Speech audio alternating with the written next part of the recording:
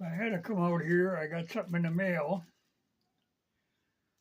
I keep an eye out for certain parts for these old Yamahas. This is the sensor that triggers the ignition. Now, I have had one fail many years ago, and they only used these for 4 years, 78 to 81, only in the SR. So it's a kind of an unusual part, and a new old stock one came up. So I jumped on it because the other parts to the ignition you could get, but the sensor is a bit odd. So I was glad to find one of them because it's a good system. It's just that they did change it later.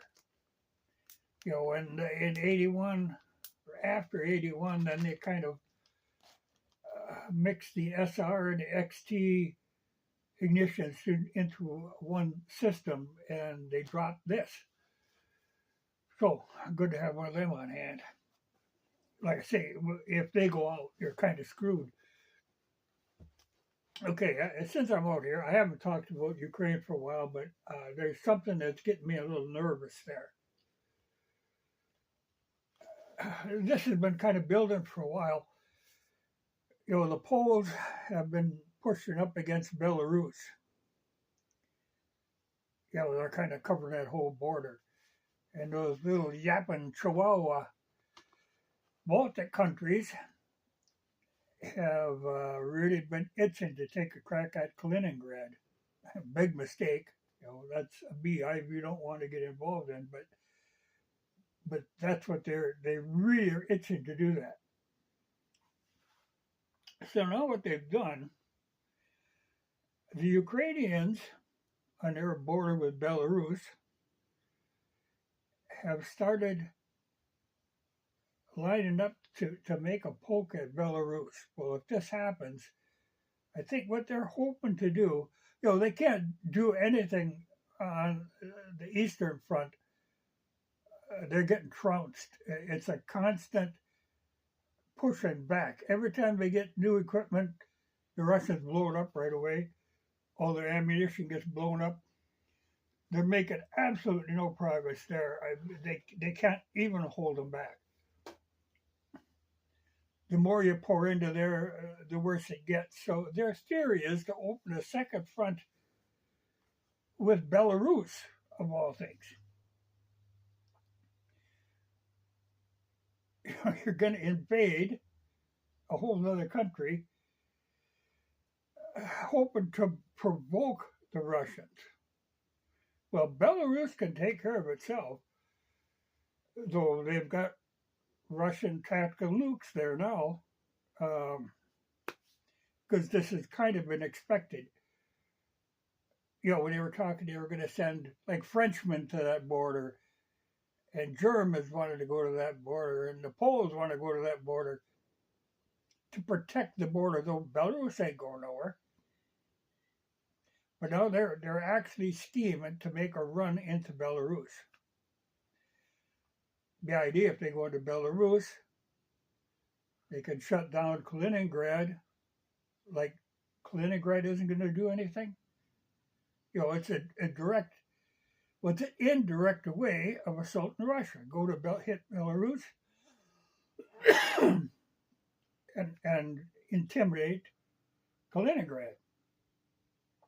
But they've been working on this for a while. But now, like I say, the Ukrainians, all their new equipment that's coming in, and all their new men, they aren't sending them to the front because there's no good there. They're just going to die. So they're going to try to take a swipe at Belarus. And this is going to end really, really badly for them little Baltic countries. But they've wanted to get into this so bad. Estonia and Lithuania, all of Kaliningrad just drives them nuts. It's just sitting there. It's an exclave of Russia. So they think they can make a run at that. But, Belarus is not going to stand for anybody coming on. So Lukashenko is a really easygoing, jovial kind of guy, but you can't push him around. You start coming into his territory, they are going to react very harshly. And Belarus has a very significant army. Like I said, they do have tactical nukes, and Lukashenko said he ain't afraid to use them. But that can escalate incredibly fast. But I think that's what the Ukrainians are trying to do. They want to get something going any place else but the Eastern Front because the East is lost to them. They're getting the snot beat out of them every day. Village after village, it just keeps moving. And the Russians are really good at it. They have a lot of practice at this now, and their artillery is extraordinarily good. They fly those drones in there, surveil the place. If they bring any missile launchers, if the Ukrainians move anything up, even anywhere close to the front lines,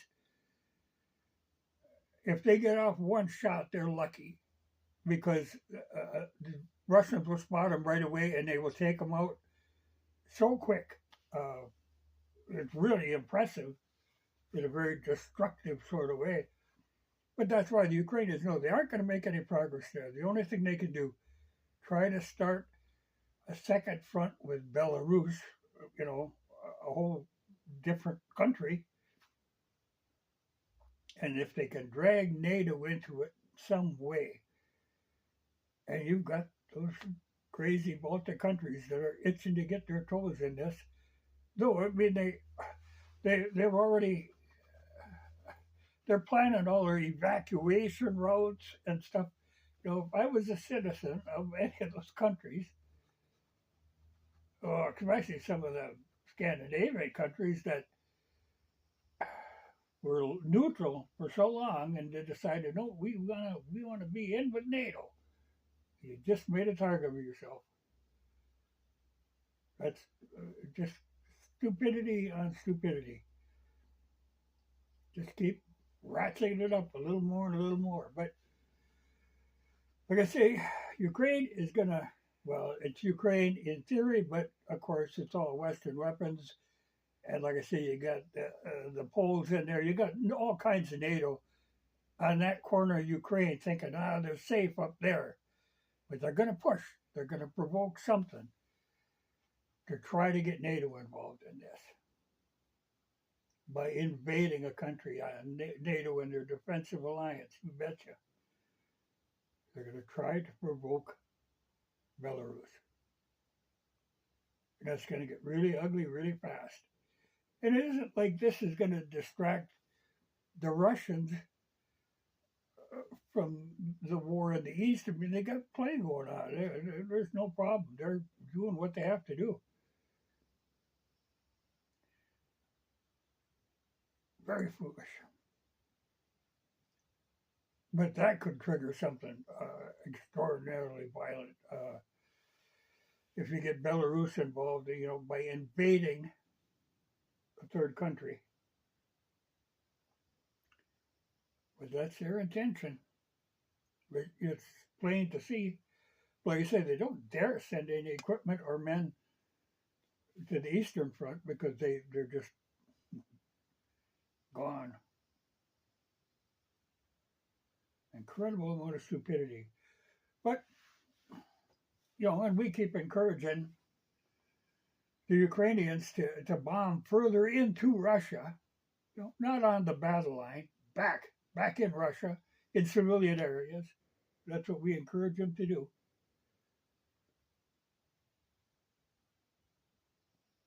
Yeah. But where you've got that, great distraction going on with our fine president, who just the other day said he's a proud black woman. And I guess in this current atmosphere, he can identify as a proud black woman, and that's perfectly acceptable. A strange dude. It's scary what they're doing there with him. But all that going on here at home, freaking people the hell out. They're not paying attention to what's going to trigger off over there because something's going to happen. And the whole point behind it is to drag NATO. Well, like I say, a lot of those NATO countries, they want it in the worst way. They're just trying to make an excuse to get involved in this. But those little Baltic countries, goddamn, they're stupid. They're biting off way more than they could chew. But that little chunk of Russia, Kaliningrad, sitting there on the Baltic Sea, that just drives them nuts. Well, we'll see what happens, but keep your eye on that. I'm sure they're going to try to, like now, Ukraine is flying drones, surveillance drones, into Belarus. Well, they have no right to be there. They have no right to be doing that. But I'm sure they're trying to provoke something. And I think they will. But it's going to end badly. But keep your eye on that. It'll be interesting. And maybe that would be a distraction so people wouldn't keep noticing the crazy stuff that our politicians are doing.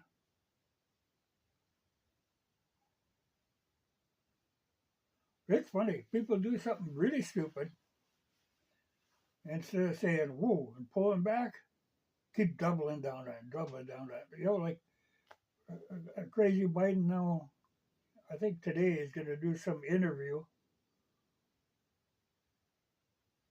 Every time he does that, it just makes him look worse and worse. They keep putting him out in public, trying to prove how good he is, and it only proves how bad he is. Just how far gone he is. And then they claim, like, for this debate that he had over-prepared. Well, they said he prepared about, well, they say he can't work only from like 10 to 4. And then he's got to have a break for lunch in there and then a nap in the afternoon. So he wants to work really part-time. But then they blame his staff that he flubbed this debate. They got to fire these people. They don't dare fire these people because if they fire these people, there's going to be these tell-all books that come out and the interviews with these people. That's going to be a disaster for him too. But they say even now, his staff, if there's bad news, like a bad article about himself, they do not tell him because then he jumps on them. He's just so out of it, but by God, they won't accept that. But they're in a bind. They put themselves in a hell of a bind. And now the best thing they think, if they can bluff their way through to the election, and then immediately after the election, if he could retire and Harris immediately take over, but she's a hopeless case. But like I say, people wouldn't vote for her. They wouldn't knowingly vote for her. But there's still some stupid people that would vote for Biden. Though a vote for Biden is a vote for Harris. Incredible, really. But I'm not so worried about that. They've got this country so screwed up, it's got to completely collapse before we can start trying to bring it back. And I really think it takes a revolution to do that, but we aren't there yet. Incredible as it may seem.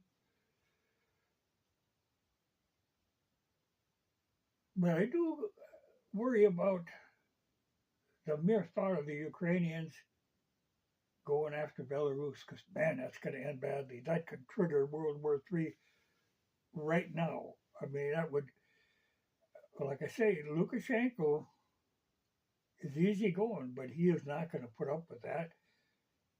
Or neither are the Russians, because that's part of their security agreement. You know, they're very tight with Belarus. And you know, people always, we think, Turkey is in NATO. Turkey is barely in NATO. Turkey is in NATO only because of its location. If shit really gets bad, I wouldn't count on the Turks being on NATO's side. You know, he's really wishy-washy anyway. You don't count on Erdogan for anything. You know, he's a nice enough guy, but he's only concerned about Turkey. He isn't concerned about NATO. He isn't concerned about Ukraine. He's looking out for himself, which is how some of these other countries should be behaving, like Hungary looks after Hungary. They're smart. But now Orban went over and had a little meeting with, well, first he met with Zelensky, and then he went over and met with Putin, which got the Ukrainians extremely pissed off, and a lot of these NATO and EU people really pissed off. But Orban gets along with Putin. I mean, there's no animosity between them, but Orban is foolish enough to think that there can be some kind of a ceasefire leading to peace talks. There can be no ceasefire. This has got to grind on to the end. There's no, a ceasefire would only be used very much like the Minsk agreements were used as an opportunity for NATO to push more weapons into Ukraine. Russia's got them on ropes now. There would be no point in letting up, you know, having a timeout. It would be misused. There's no point in it. That isn't going to happen.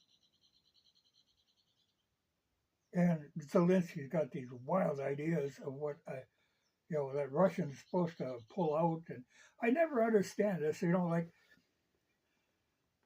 okay, those parts of Ukraine that voted, well, after 2014, they demanded to be independent, which was what this Minsk was supposed to be. They're supposed to be autonomous regions. But of course, Ukraine never stopped. And we just kept pushing more weapons into the Ukrainians. But if, you know, I don't know why countries think that the land belongs to the country. The land belongs to the people who live there. And if they vote that they don't want to be part of the Fourth Reich, I think they have a right to say no. They have a right to choose who they want to be associated with. I think that's just a natural right. But to claim that, you know, this territory is Ukrainian, though it doesn't belong to, it belongs to the people who live there. They make their own decisions, much like they did in Crimea. But we can't respect that.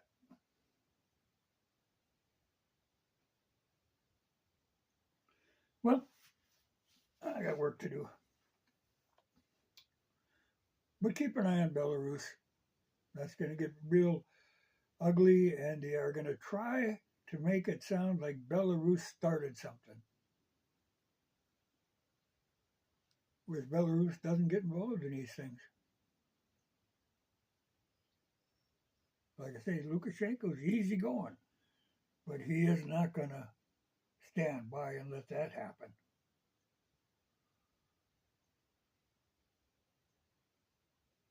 People are foolish.